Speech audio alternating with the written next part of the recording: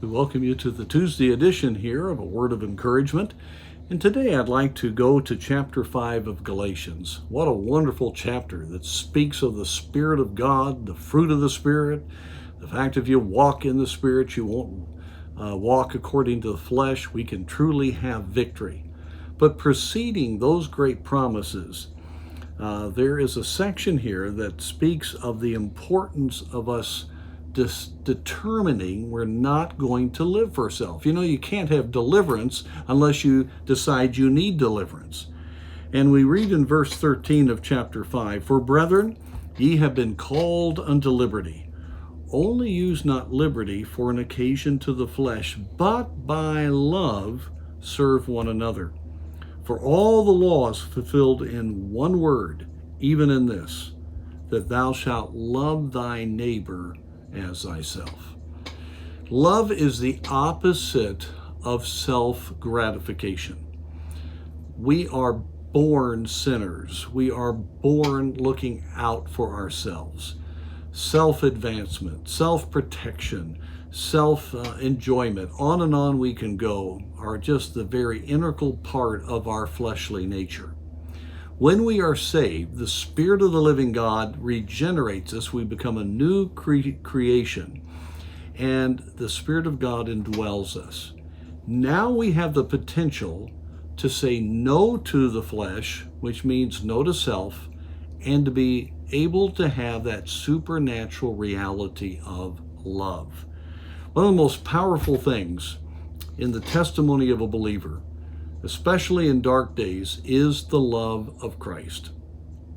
People expect those who are being opposed or maligned to react in kind. But when God's people are not looking out for themselves, not trying to gain what they want, but instead allow the Spirit of God to give them a perspective that God has, and that is a genuine love for those that are around and an understanding of their need. When that happens, then love is seen by a world that is filled with darkness and the lack of love. And it is a powerful, powerful testimony. The early historians would talk about how the Christians loved one another. That was the badge of the early church. They were willing to give up their lands. They were willing to give up their houses to meet the needs of others. You find there being a genuine oneness, willing not only to die for Christ, but to give of themselves to meet the needs of each other. And to have a love for a lost pagan world that desperately needed the gospel. You see, they had that because they were so in love with Christ themselves that they were living in the power of the Spirit on a regular basis, and God was transforming their very personalities, their lives, to reflect the glory of the love of Jesus Christ in their lives.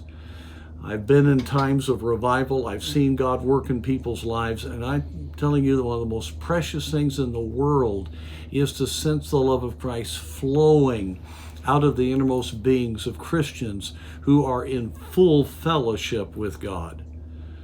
And as we think of the need of the hour, certainly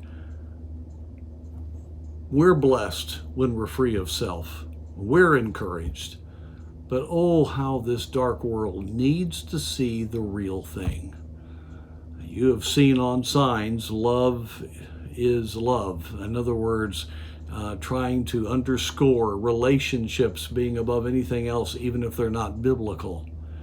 And we need to show forth the fact of what real love is, in line with the Word of God, freed from self, living not to gratify self, but to genuinely care about others.